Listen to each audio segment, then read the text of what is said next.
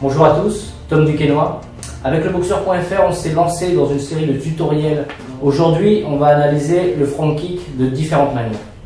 Pour m'accompagner dans cette expertise, Steph Gentis, ami et sparring partner.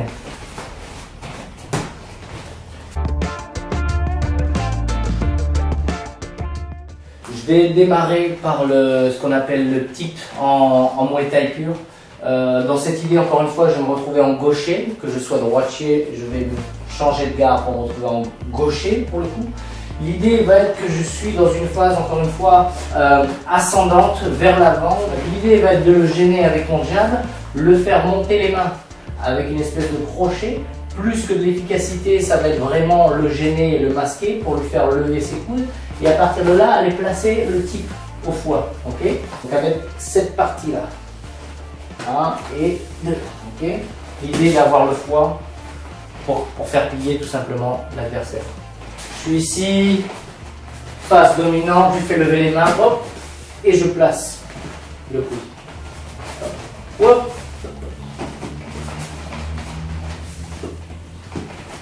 J'essaie de bien viser le foie ici. Non.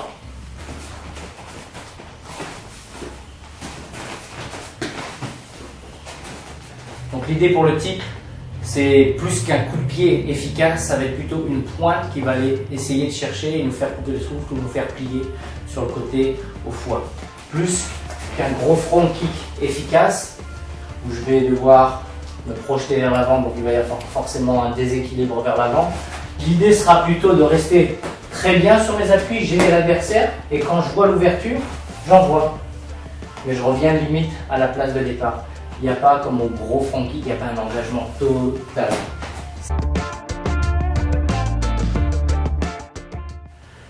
L'astuce pour cette technique, c'est bien de s'assurer que les bras sont bien en hauteur. Donc ici, si à un moment donné, je n'ai pas réussi à lui faire lever les bras, je ne fais pas cette technique. S'il est bien en protection sur le ventre, j'évite parce que regardez, boum, je vais fracturer plutôt mes orteils ou l'os du pied plutôt que de l'avoir. Donc l'idée, c'est bien de faire lever ses mains. S'il n'est pas levé, tant pis, on passe à autre chose. S'il est trop bas, je vais aller chercher plutôt le high kick, par exemple, comme on l'avait vu dans une vidéo précédente. Deuxième front kick, cette fois-ci en garde droitier, toujours de la jambe gauche. On avait vu précédemment comment essayer de mettre une pression sur l'adversaire en essayant de changer de garde et forcément de le toucher. L'idée cette fois va être de rester dans ma garde où je suis bien naturellement. Pour moi, c'est droitier. Et l'idée va être encore une fois de sentir l'adversaire qui vient et à partir de là, juste se lever, tenir bien l'équilibre et quand il arrive, tendre le pied et essayer d'avoir l'estomac.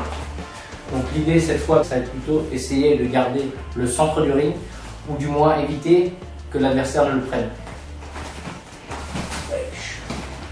Encore une fois, c'est une histoire de sensation. Je sens l'adversaire qui va être en mode pression vers l'avant et c'est à ce moment-là que je vais prendre bien mon équilibre et tendre la jambe pour essayer de repousser. Je sens qu'il arrive.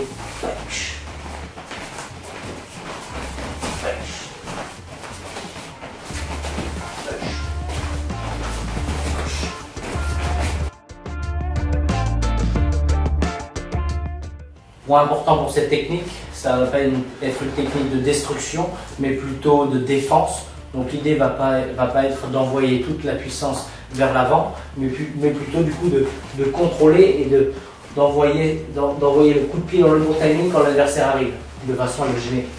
Plutôt qu'essayer de moi essayer de m'engager vers l'avant, c'est plutôt garder mon timing, garder ma distance. Et c'est lui en vérité qui va aller s'empaler sur le front kick.